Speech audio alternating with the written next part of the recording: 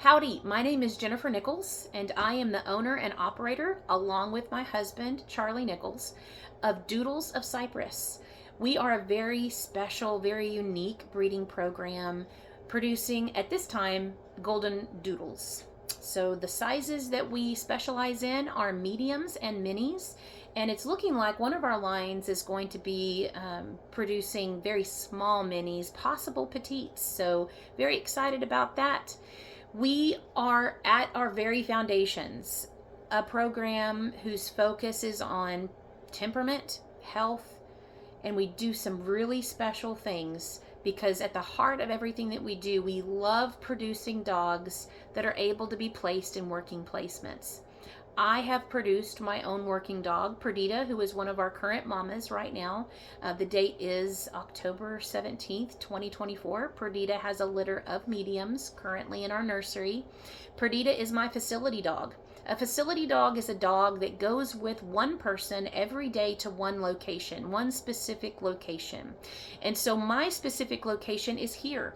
This is my private practice where I see couples, families, children, and individuals for mental health issues. I also do play therapy as well. So Perdita joins me when I have clients that would like AAT, that is animal assisted therapy. So we specialize in placing facility dogs. We have placed facility dogs in memory care facilities, in schools, doctors' offices, and psychiatrists' offices. And we have also placed dogs in what you would probably call more so the ESA placements where there is someone in the family that has extra needs. Perhaps there's a family member that is on the spectrum. Perhaps there's a family member that has clinical depression or clinical anxiety. They require, all these placements require dogs that have special temperaments. And each of those different placements, we're looking at different things. So it's not just like, okay, we have to check this box, this box, this box, this box, and all those dogs can go to all those different places. No, it is an art form of handpicking those characteristics so that those puppies are set up for success in those locations. Not every dog is meant for that type of work. So we work very hard with that. We would love to produce, we also could produce and would be happy to, but have not worked with anyone yet that does therapy. So therapy dogs, and a lot of people use this incorrectly. They call facility dogs therapy dogs. Therapy dogs are not facility dogs. Therapy dogs are a dog that usually has one handler, but they go to many different locations. So maybe you're a part of, there was a program in Sci-Fair, I cannot remember the name of it, but it was so cool.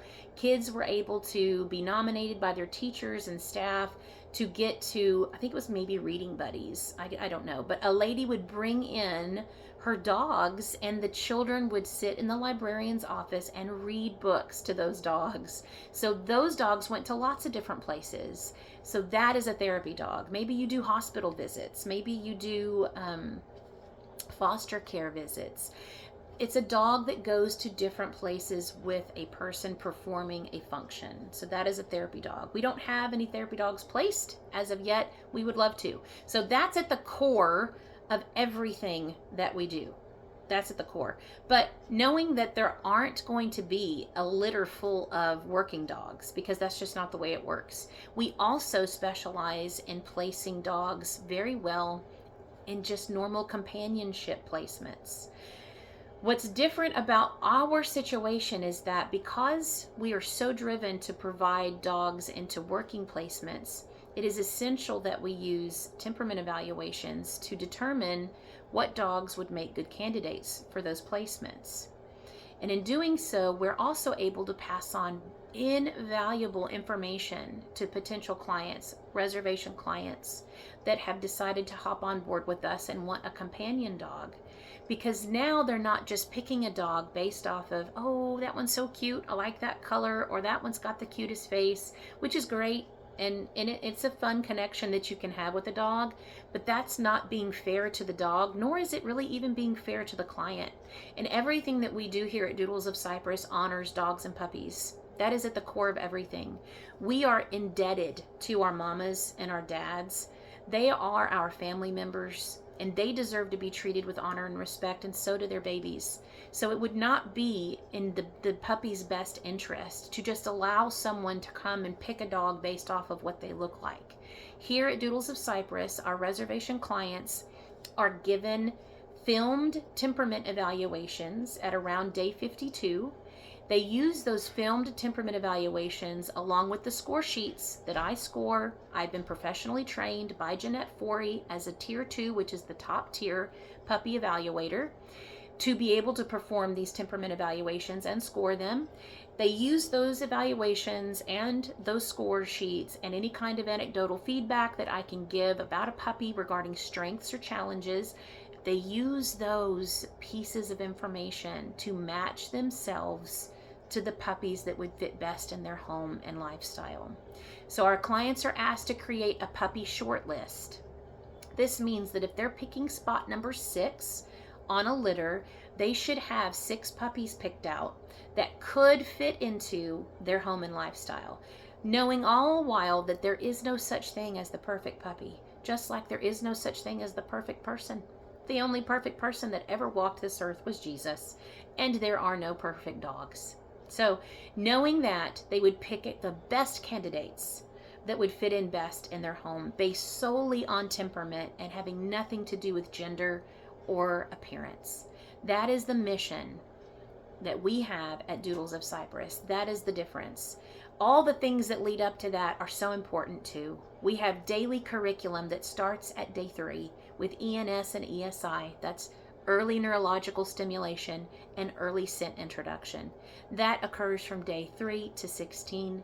Then we begin noise desensitization on day 18, and that carries on through until go home.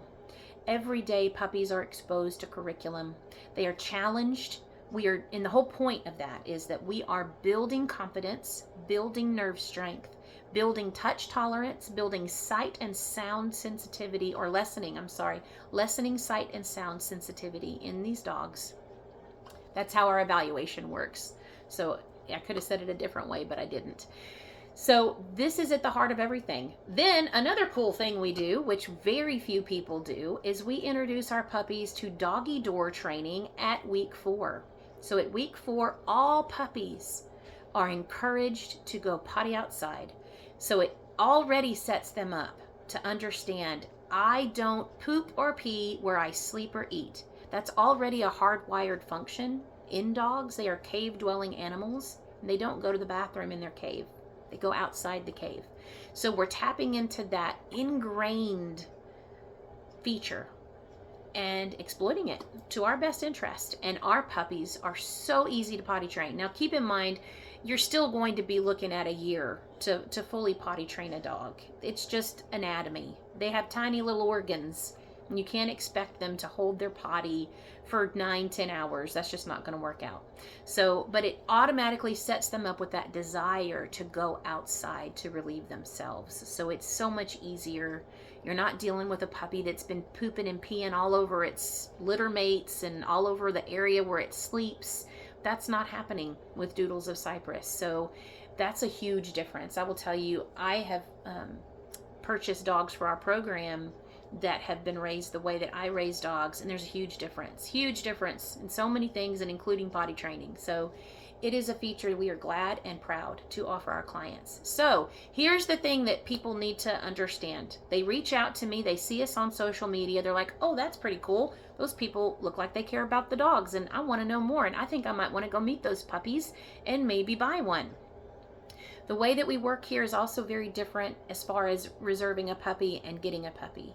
We do not do on-site visits, and that is simply because there are just too many dangerous factors that go into bringing massive amounts of people. You know, if you think you're one person that's reached out and asked about coming to visit Doodles of Cypress, you're not the only one. I mean, there are hundreds that have reached out and want to come visit Doodles of Cypress. We can't do that. We can't have masses of people coming and going from our property. Number one, it's our home. Number two, there is a huge issue with parvo, especially in Texas. So we are Our whole goal is to keep everybody healthy, not expose them to anything. We have special rules at our house that we just live with because that's who we are. We don't wear shoes in the house.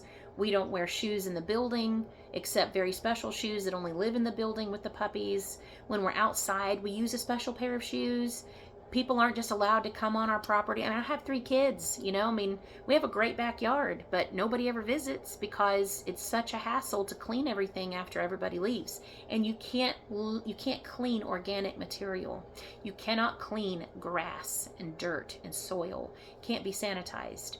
So we have to keep our puppies on substrates that are sanitizable. So we have, and it's very important for puppies to experience all kinds of different floors or grounds, and we do that, we offer that to them. But instead of being on grass, we have them on turf, because you can sanitize turf as long as there is not infill in the turf, which we don't have infill.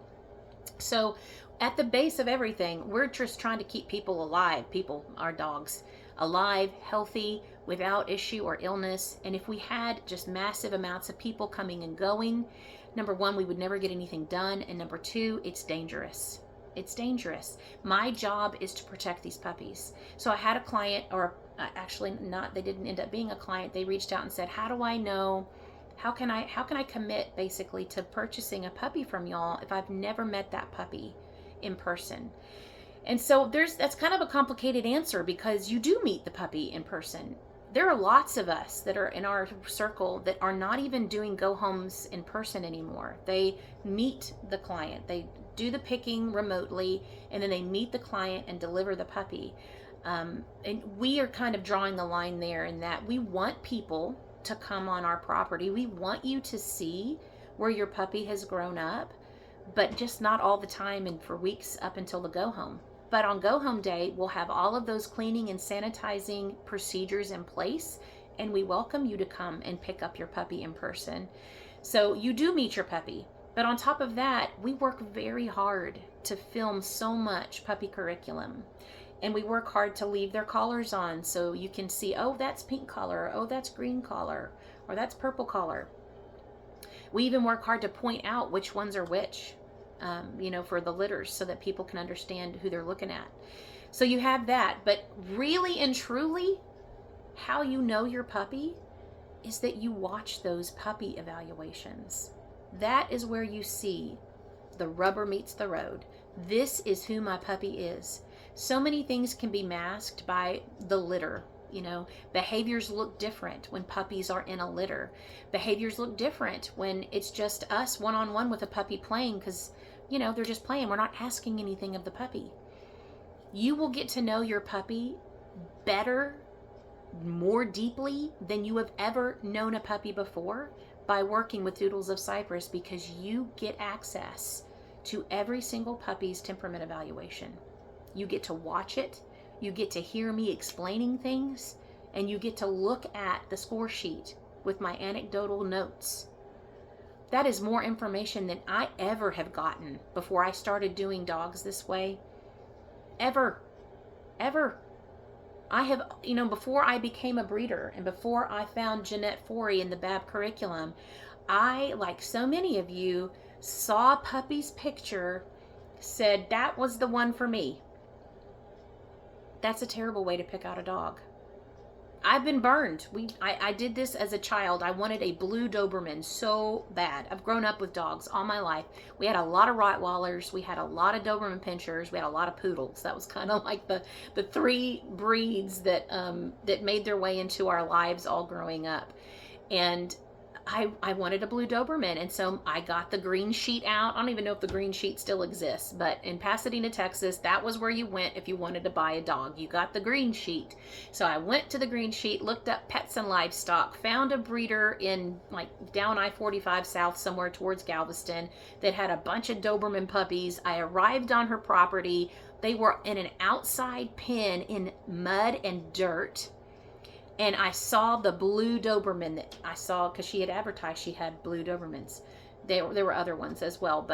And I saw him and I said, that's him. That's the one for me. I had to go dig him out of the puppy pile. He had buried himself under a mountain of puppies. He had no interest in getting to know us or anything, but I saw what I wanted, and that's what I wanted. I named him Blue, and bless his heart, he was my boy until he died, but of old age. But that poor boy was broken. He was the most fearful dog I've ever met in my entire life. Maybe we have a rescue right now that lives with us. He's Marley, and he reminds me a lot of Marley. Marley has an incredible amount of fear that he lives in, and that was Blue's life. And I'm so thankful that he got me instead of somebody else. But that breeder was just breeding dogs and throwing them out in a pen and selling them. That's not what I do. I have no interest in selling dogs that way. I have no interest in producing dogs that way. It was a disservice that she did to all of those puppies, and she's lucky that I'm the one that got Blue, because if someone else had gotten Blue, he would have been abused. He would have been put in situations where he was expected to do things that he just was not capable of doing. And he probably would have been abused for not responding in the way that his owners anticipated or expected him to. So, number one, we don't have that kind of dog because we build them up. We pick great breeding stock to begin with, and then we build them up. But on top of that, if there was a dog in our midst that had some fear issues, we would know that, and we would be able to pass that information on to their prospective family and challenge them with, here's what this dog is going to need. Can you fill this need? Can you see where this dog is, and can you bring them to where they need to be? And that's the beauty of having a temperament evaluation. So we are hoping to revolutionize the way that people buy dogs. If people bought dogs like this, the shelters would be empty. Because number one, you would be dealing with somebody like me that makes you jump through a lot of hoops before I ever take any money from you. We don't have a way on our website for you to give a reservation fee. People call them deposits. We call them reservation fees because you're paying for a reservation spot on a litter. I don't take anybody's money until I have vetted them fully, and I feel confident that their beliefs about dog rearing are in alignment with mine. And if people produced and sold dogs like that, there would be no dogs in any shelter anywhere. Because also the other thing that I do, and I've done this, there have been circumstances where clients have not been able to keep a dog. 2 years down the road, I can't keep this dog. Guess what? I take responsibility for that. I brought that dog into this world, and I am going to be responsible for that dog until that dog crosses the rainbow bridge and passes on. So I get involved and I find homes for those dogs. Doesn't happen a lot, but it does happen. Circumstances change for families. I get it. I understand it. There's no shame involved at all. Zero. I'd never want a client to feel shame because I want them to come to me. I want them to say, hey, Jennifer, I'm having a problem. Can you help me? And if I don't know the answer, that's okay. I'm going to help you find it. That's the dedication that you're getting with Doodles of Cypress. I stop working in my private practice. I cut my office hours down so that I am able to fully devote time to puppies and people. This is a passion. This is born from a love of dogs and people. And if everybody did it this way, we would have no strays. We would have no shelters, no need for rescues. So please, I know that we are more money than most people, but you get more than most people when you work with people like me. It's worth it. It's worth spending that extra amount of money because you're paying for the time. You're paying for the expertise. You're paying for the attention that was given to that puppy before it was ever born, and for all the attention that's going to be paid to that puppy until its last breath. That's the difference. That's the difference in Doodles of Cypress. And if you just want a dog, you don't really care, you're not the client for me. I'm not for you, and I'm not for everybody, and that's okay. But I'm speaking to those people that love dogs, and they're passionate about dogs, and they care about them. Y'all, dogs are amazing. If you could only see the work that Perdita does with my clients, It's incredible. It is incredible. She opens hearts. She heals hearts, y'all. And she's just a dog. She is incredible. And every single dog deserves the ability to have that kind of purpose, to have that kind of effect, and that kind of life. So that's what we're doing here at Doodles of Cypress. So maybe you don't understand my process. That's okay. Ask questions. Ask questions. Maybe you think it's weird that you can't come and just pick out your puppy right now at 5 weeks and pay me. Okay, we do it differently here. Here's why. Maybe you think it's weird that I require a reservation fee before we even start breeding a litter. Okay, but that helps me not be sitting here, mid-stride with a whole litter of puppies and nowhere for them to go. That's just breeding to breed.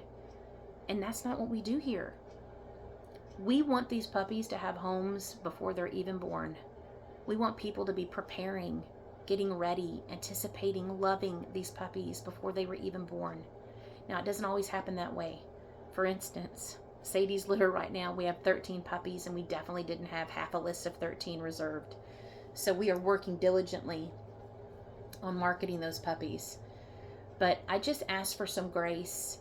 Just because we don't do things the way you think they've always been done, that doesn't mean it's bad. In fact, it means probably it's better. Lots of times when we just kind of do what's always been done, it's just done because it's always been done, and there really isn't a reason. It's just the way it's been done. Reservation fees are necessary. I can't tell you how many times I see on different doodle threads, or there's a scammer thread that I'm a part of where people report other people, and so many times this person is requesting a reservation fee or a deposit. Lots of people call them deposits. This is a scammer. Don't ever do that. Never give. Look, there are scammers that all they're interested in is that deposit. That's it. They want that deposit, and then they don't have puppies because they're scammers. And so they are gone. They are out. Do your due diligence. I have a virtual call, the last step in my protocol, in my steps that a potential client has to take to become a client. The last step is a virtual call where we get on and look at each other eye to eye and have an hour to an hour and a half long conversation about the contract, about their client interest form, about their home and lifestyle, their hopes and dreams for their puppy. Scammers don't do that. Scammers don't take an hour and a half out of their lives to have a video call with you without even having any money on the table. Look for a website. Are they posting watermarked videos that are not somebody else's video? Watermarked photos. You know how much time I spend watermarking video and photos? It is excessive. But I do it so that people know my stuff is mine, that I didn't pull it off of somewhere else, and people can't pull it off of my stuff. Do your research. Are there scammers that want you to put a reservation fee or a deposit down? Absolutely. Absolutely. Are they like me? No way. They can't replicate this. It's too lengthy. There's too much involved. They have no interest in being as detailed as I am. So do your due diligence, do your research. There is nothing wrong with buying dogs. There is something very wrong with buying dogs from people that have no business breeding dogs, that do it for just the money. They have no allegiance to dogs. They don't care about honoring and respecting them, and they don't honor and respect their clients. There's a problem with that. Find out the difference. So, at any rate, that's pretty much it for Doodles of Cypress. I really, really hope that we get to have a conversation one day, and I get to help you find your just right puppy for you.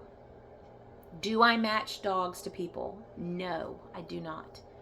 In my opinion, if you're paying as much as we require a person to pay for a puppy, you need the autonomy in picking your puppy.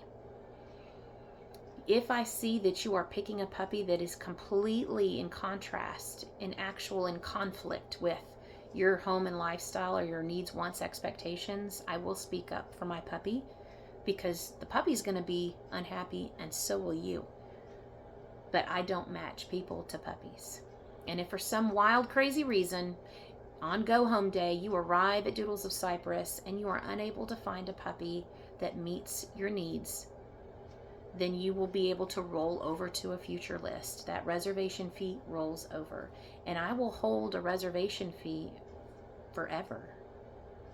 I can't promise that my puppies will always be the same price, but that reservation fee will always be there waiting to be applied to a balance.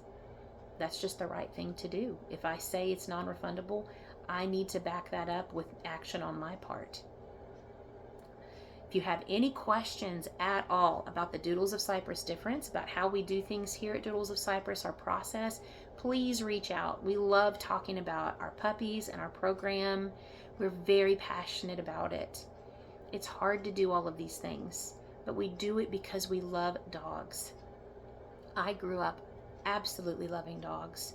They have been heart healers for me all throughout my life. They have been heart companions. And every single one of every dog that walks the face of this earth deserves someone like me advocating for them, someone like me pouring themselves into them for those first 8 weeks of their life. And I will continue to do this as long as God wills it. Thanks so much for listening. This was a very long video, but it kind of explains kind of who we are and how we do things and answers that question, am I able to come see the puppies? No, you can't come see the puppies, but if you commit to a litter, absolutely we welcome you on go home day to come pick out your puppy in person. We will help as much as you would like us to help, and we will be giving you, you'll come into that go home day knowing your puppy already. Knowing the puppy options on your short list, you will know those puppies already. They will not be strangers to you. And then it's just down to making the decision. All right. I hope you have a great rest of your day. So long from Doodles of Cypress. In the meantime, be brave, be kind, and work hard. See you next time.